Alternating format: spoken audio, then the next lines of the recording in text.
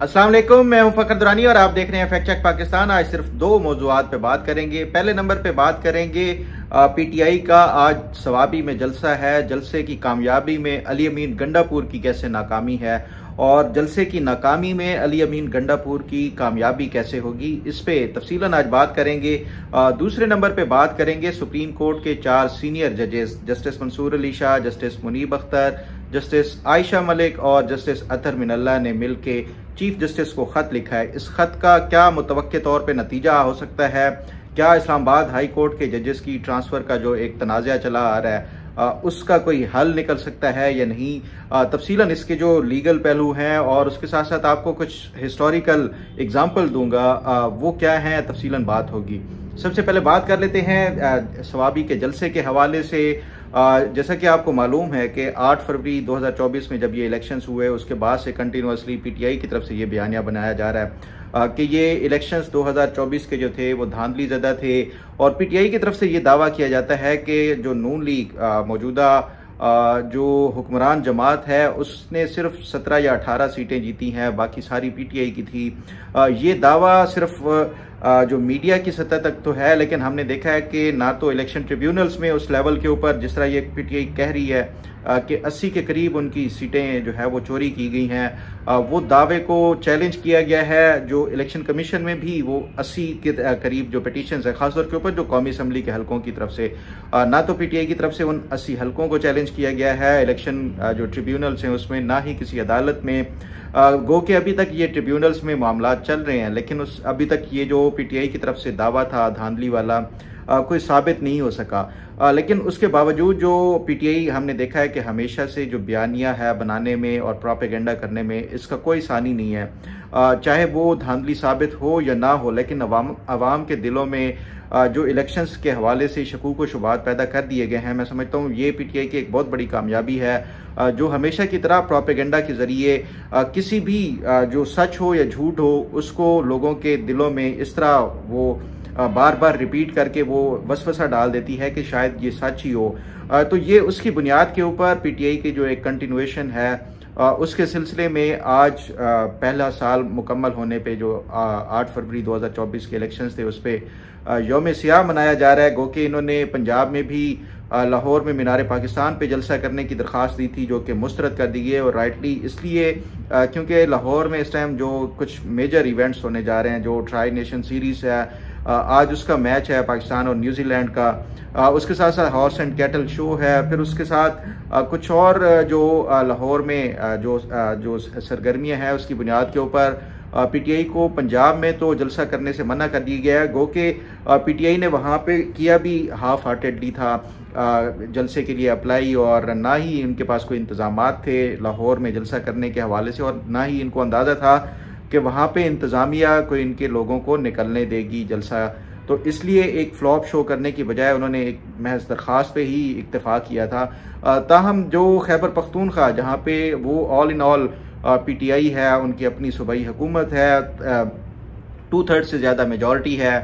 तो उसकी बुनियाद के ऊपर पीटीआई ने सवाबी में जलसा रखा है। गो कि होना ये चाहिए था कि जो पीटीआई का मरकज़ जिसको समझा जाए वो पेशावर है। एक तो सूबाई हुकूमत का जो पीटीआई की अपनी हुकूमत है, दारुल हुकूमत भी है, वसाइल भी उस हिसाब से वहाँ पे ज़्यादा मुयस्सर आ सकते थे, लेकिन उसके बावजूद सवाबी में जलसा रखा गया। हमने देखा है कि पीटीआई ऐसे लग रहा है जैसे जो उन्होंने जलसा जब भी करना होता है वो सवाबी का मकाम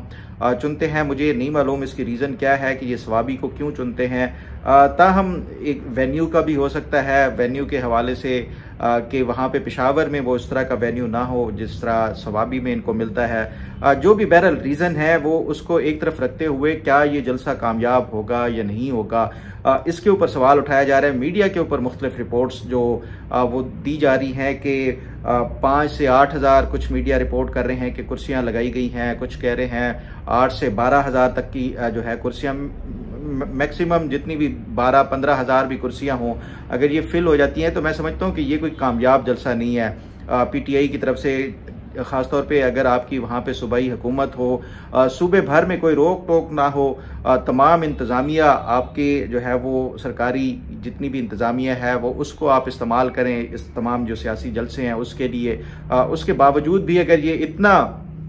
जो क्राउड है वो लेकर आते हैं, तो मैं नहीं समझता कि ये कोई एक कामयाब जलसा होगा। बहरहाल ये तो एक अगर वो हो गया कि ये कामयाबी और नाकामी के हवाले से, लेकिन सवाल ये है कि जो पीटीआई की जो दस्तयाब क़यादत है, ख़ासतौर के ऊपर जो खैबर पख्तूनख्वा है, उसमें हमने देखा है कि जो इंटरनल रिफ्ट है, जो एक दूसरे की टांगें खींचने की जो इस हवाले से जो खबरें आ रही हैं वो कोई अच्छी खबरें नहीं आ रही, क्योंकि ये कहा जा रहा है कि जो जुनैद अकबर हैं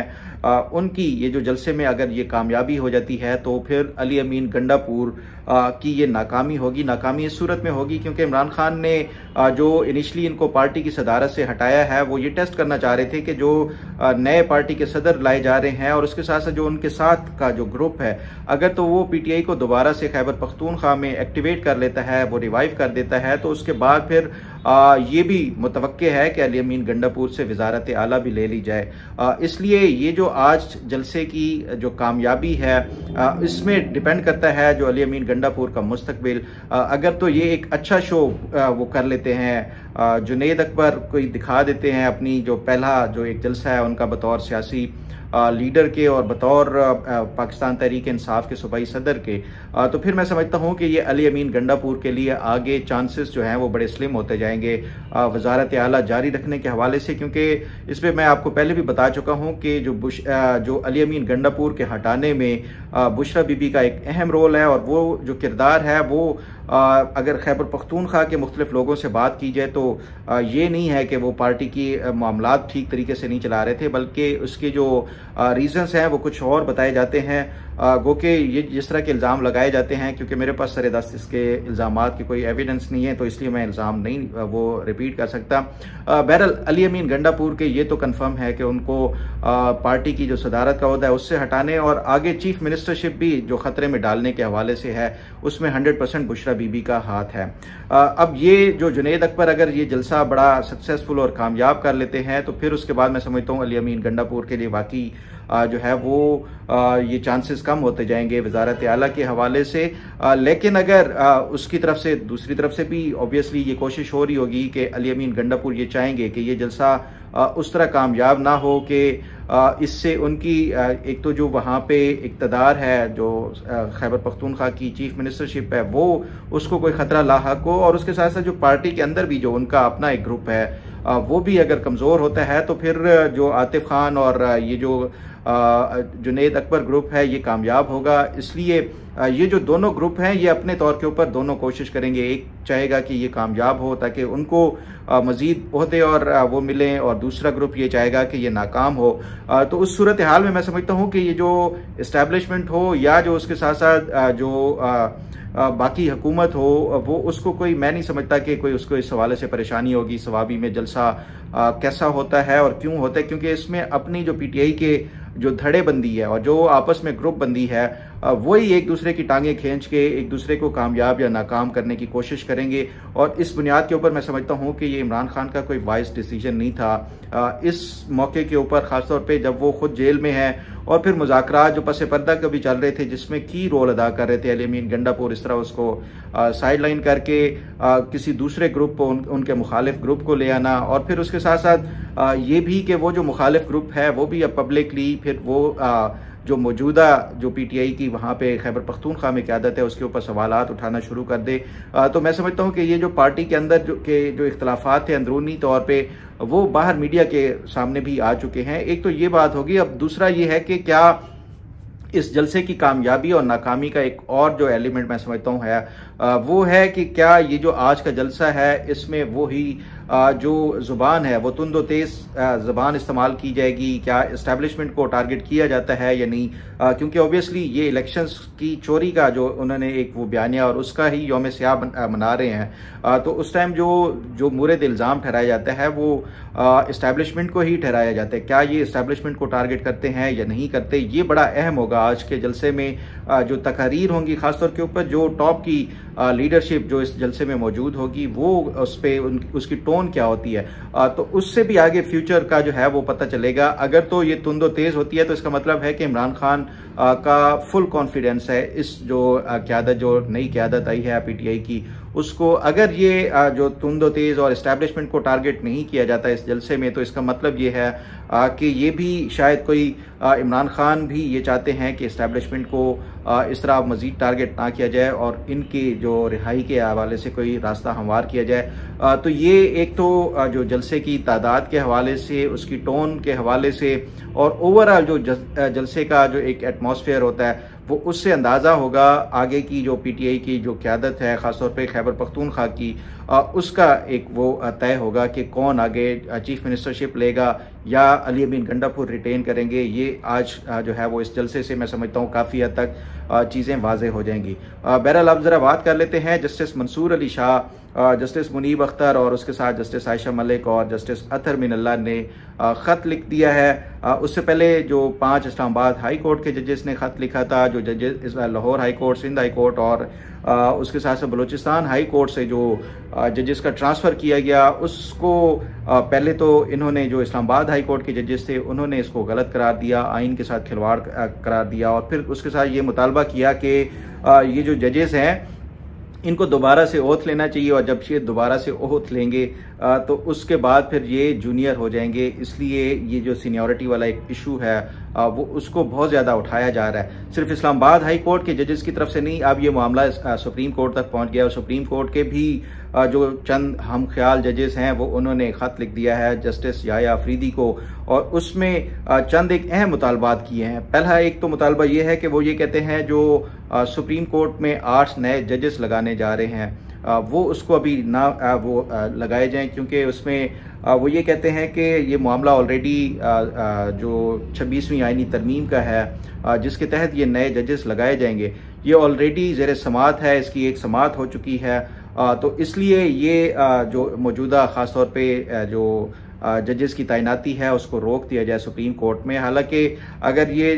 जो तमाम जो ऑनरेबल जजेस हैं, मैं समझता हूँ कि ये ऑब्वियसली बाकी आम लोगों से तो कहीं ज़्यादा ये आइन और कानून को जानते हैं। जब हाई कोर्ट्स में ऑलरेडी जजेस लगाए जा चुके हैं, गो कि इन्होंने पहले भी एतराज़ किया था, तो उसका मतलब यही है कि ये कोई गैर आइनी बात नहीं है। जो जजेस की तैनाती है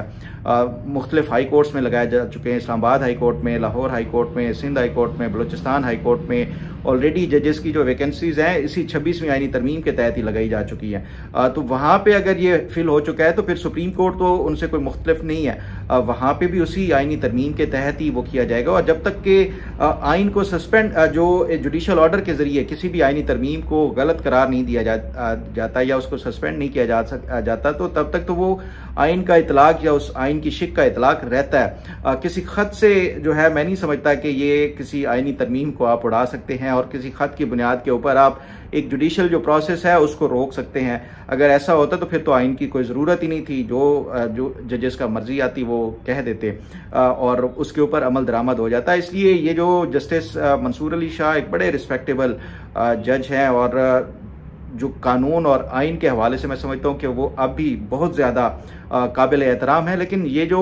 एक उनका एतराज़ किया गया है, या तो ये होता कि कॉन्स्टिट्यूशनल बेंच ने इसको सस्पेंड कर दिया होता 26वीं आईनी तरमीम को, तो फिर उसके बाद ये किया जा सकता था। गो के आइन में तो कोई इसकी कोई गुंजाइश ही नहीं है, इवन कि आप अदालत उसको टेकअप ही नहीं कर सकती किसी भी आईनी तरमीम को। अगर आर्टिकल 239 को देखा जाए और उसकी क्लॉज 5 और 6 को देखा जाए तो एक तो ये कि पार्लियामेंट बिल्कुल सुप्रीम है, उसके पास तमाम राइट्स हैं जो किसी भी किस्म की लेजिस्लेशन करने के हवाले से, और दूसरा जो है वो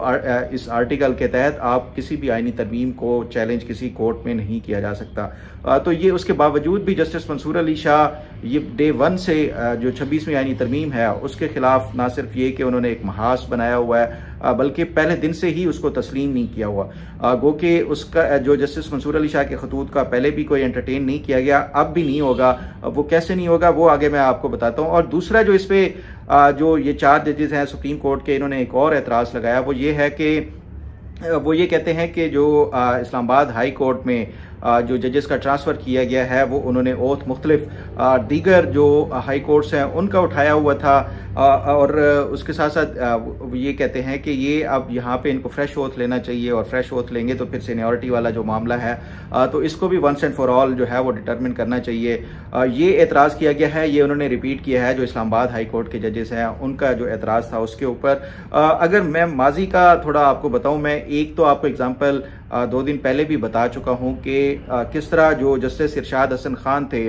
वो सुप्रीम कोर्ट के जज थे, और उनको एक्टिंग चीफ जस्टिस के तौर के ऊपर मोहतरमा बेनज़ीर भुट्टो के दौर में 1994 या 5 में उनको एक्टिंग चार्ज दिया गया लाहौर हाई कोर्ट का। वो वहाँ पे उन्होंने वो किया, जो बतौर एक्टिंग चीफ जस्टिस के तौर के ऊपर काम किया। जैसे ही ये जो मार्च 1996 में अल जिहाद ट्रस्ट केस आया तो उससे ये जो मामला था ये इसको बिल्कुल ख़त्म कर दिया गया कि जजेस की जो वैकेंसीज जितनी भी वैकेंट होंगी वो 30 डेज़ में फिल होंगी, और अगर किसी डेथ की वजह से या किसी अचानक इस्तीफे की वजह से ये कोई सीट खाली होती है तो फिर उसको 90 डेज़ में वो करना होगा। तो उसकी बुनियाद के ऊपर ये जस्टिस इरशाद हसन खान वापस सुप्रीम कोर्ट आ गया। अब सवाल ये है कि क्या जस्टिस इरशाद हसन खान, जिन्होंने सुप्रीम कोर्ट के जज होते हुए जब ये एक्टिंग जज बने, चीफ जस्टिस बने लाहौर हाई कोर्ट के, तो उस टाइम उन्होंने एक्टिंग चीफ जस्टिस का ओथ लिया, जो कि आइन में है कि आप किसी भी सुप्रीम कोर्ट के जज को या किसी हाई कोर्ट के उसी मुतलका जज, जो हाई कोर्ट है उसके जज को एक्टिंग चीफ जस्टिस का चार्ज दे सकते हैं। ये बाकायदा आइन में है। लेकिन सवाल ये है कि जब ये इन्होंने एक्टिंग चीफ जस्टिस का ओथ लिया, उसके बाद ये दोबारा वापस आए सुप्रीम कोर्ट। क्या उन्होंने कोई ओथ दोबारा लिया सुप्रीम कोर्ट के जज के तौर के ऊपर? तो ऑब्वियसली नहीं लिया था जस्टिस इरशाद हसन खान ने। तो उसकी बुनियाद के ऊपर मैं समझता हूँ कि ये जो हमारे पास माजी में कई इस तरह की एग्जाम्पल्स हैं कि जो जजेस होते थे वो चाहे वो सुप्रीम कोर्ट के हों या हाई कोर्ट के, वो ना सिर्फ ये कि जो किसी दूसरे उसमें जाते थे तो दोबारा से कोई फ्रेश ओथ जो है वो मैं समझता हूँ कि वो नहीं लिया था। अगर मैं आपको माजी के कोई एग्जांपल दूं, 2-3 जिसमें ये इस तरह जो जजेस की तरफ से वो किया गया है कि कुछ तो ऐसी भी एग्जांपल्स हैं कि सुप्रीम कोर्ट के जज थे और उसके साथ साथ वो फिर लॉ सेक्रेटरी का ओहदा भी उन्होंने वो लिया। वो लॉ सेक्रेटरी के जो फ़राइज़ जो है वो अंजाम देने के बाद दोबारा वापस सुप्रीम कोर्ट के जज के तौर के ऊपर, और लेकिन उसके बाद उन्होंने कोई फ्रेश ओथ नहीं लिया। मैं अगर आपको ये 3-4 एग्जांपल देता हूँ। एक तो वही जस्टिस इरशाद हसन खान वाली है, उसके साथ साथ नुसरत अली शाह थे, जस्टिस नुसरत अली शाह, साथ साथ जस्टिस अफजल चीमा थे, और एक और थे जस्टिस काजी गुल मोहम्मद। ये इस तरह के जजेस थे। इनमें से तो 2 ऐसे थे जो लॉ सेक्रेटरी, बल्कि ये तमाम जो है ये लॉ सेक्रेटरी के तौर के ऊपर भी इन्होंने काम किया था, और उसके साथ साथ जो सुप्रीम कोर्ट के जज के तौर के ऊपर भी काम किया था। इनमें से 2 ऐसे जज थे जिन्होंने 1975 में जब ये वली खान के खिलाफ भुट्टो साहब ने एक रेफरेंस दायर किया था आर्टिकल 17(2) के तहत, तो उस टाइम जब ये वली खान के खिलाफ रेफरेंस दायर हुआ तो ये जो सुप्रीम कोर्ट का फुल कोर्ट बैठता था, पहले ये कोई कॉन्सेप्ट नहीं था कि 2 रुकनी बेंच होगा, 3 रुकनी होगा। पहले सुप्रीम कोर्ट का पूरा जो कोर्ट होता था वही मुकदमे की समाअत करता था। ये जब ये भुट्टो साहब के जो ट्रायल थे तब तक भी ये मामला इसी तरह हुआ। उसके बाद जब ज़ियाउल हक आया तो उसने आइन का हुलिया ही बिगाड़ दिया, और उसके बाद ही ये जो बेंचेस का सिलसिला जो है वो एक्सक्यूज मी ये शुरू हुआ। बहरहाल ये जो जब ये वली खान के खिलाफ रेफरेंस दायर हुआ तो उस पर 2 जजेस के ऊपर एतराज़ लगाया गया। जो वली खान के वकील थे उनकी तरफ से, वली खान के जो वकील थे उन्होंने ये एतराज़ लगाया कि इसमें से तो 2 जज वो हैं जो कि वली खान के खिलाफ रेफरेंस तैयार करने में उन्होंने अपना किरदार अदा किया बतौर लॉ सेक्रेटरी के, जो मतलब बारी बारी इन 2 जजेस ने। तो ये इस बेंच में नहीं बैठ सकते क्योंकि ये अब इसमें पार्टी बन चुके हैं। बतौर लॉ सेक्रेटरी इन्होंने रेफरेंस जो है वो ड्राफ्ट करने में भरपूर किरदार अदा किया था, तो इसलिए इनके बाइसेस सामने आ जाते हैं। तो वो जो 2 जजेस थे उसमें जस्टिस अफजल चीमा थे और दूसरे जस्टिस काजी गुल मोहम्मद थे। इन 2 के ऊपर एतराज़ लगाया गया। ये वो उसके बाद जब ये फैसला आया तो ये एक बड़ी मशहूर ज़माना जजमेंट है जिसको आज के दिन तक जब भी जजेस के ऊपर रिक्यूज़ करने के हवाले से कोई एतराज़ उठाया जाता है तो ये वही 1975 वाला जो जजमेंट वाला है वो कोट करके वो बताया जाता है। और वो उस एतराज़ के ऊपर इन्होंने जजेस ने ये अपनी जजमेंट में लिखा कि ये जज के ऊपर डिपेंड करता है कि अगर उसके ऊपर कोई एतराज़ किया जाता है तो वो खुद रिक्यूज़ अगर करना चाहे अपनी ज़मीर की आवाज़ के मुताबिक तो वो रिक्यूज़ कर सकते हैं, अदरवाइज़ वो उनको कोई कह नहीं सकता कि आप ये बेंच से उठ जाएं। तो ये वो जो रिक्यूज़ल के हवाले से एक जस्टिफिकेशन है जो 1975 में क्रिएट की गई थी। आज के दिन तक भी जब भी कोई रिक्यूज़ के लिए वो एतराज़ उठाया जाता है तो ये वाले जो है वो एतराज़ वो किया जाता है। बहरहाल ये सेक्रेटरी लॉ के भी फ़राइज़, ये जो 4 मैंने आपको जजेस के नाम बताए हैं, ये अंजाम देते रहे। फिर वापस आके सुप्रीम कोर्ट का जो है वो जज के तौर के ऊपर भी जिम्मेदारियां अदा की, तो इन्होंने कोई फ्रेश ओथ नहीं लिया। तो ये जो जजेस की तरफ से मैं समझता हूँ कि ये कहना कि हाई कोर्ट, एक हाई कोर्ट से जब ये दूसरे में आए तो इनको दोबारा से ओथ लेना चाहिए, ये पहली दफ़ा इस तरह का कोई वो मामला हुआ है। अब इस पे मेरा ख्याल है कि ये जो सुप्रीम कोर्ट है, ये मामला इसलिए भी ये जो कॉन्स्टिट्यूशनल बेंच में जाएगा, वो क्यों जाएगा उसकी अगर मैं आपको बताऊं कि इस टाइम ये जो 3 जजेस लाए गए हैं, एक लाहौर हाई कोर्ट से, एक सिंध हाई कोर्ट से और एक बलूचिस्तान हाई कोर्ट से। अब ये इसके ऊपर एतराज़ जो सीनियरिटी का उठाया जा रहा है जजेस की तरफ से, जो मौजूदा इस्लामाबाद हाई कोर्ट के जजेस हैं, अगर तो ये एतराज़ के लिए किसी अदालत जाते हैं तो इसमें बुनियादी तौर पे जो रिस्पोंडेंट होंगे वो चीफ जस्टिस ऑफ पाकिस्तान होगा बतौर जुडिशल कमीशन के जो सरबराह के तौर के ऊपर। उसके साथ जो दूसरे जो होंगे वो chief justice Islamabad high court होंगे, जिन्होंने बतौर जो रेसिपिएंट जो हाई कोर्ट है वो उसके सरबराह के तौर के ऊपर इनको एक्सेप्ट किया।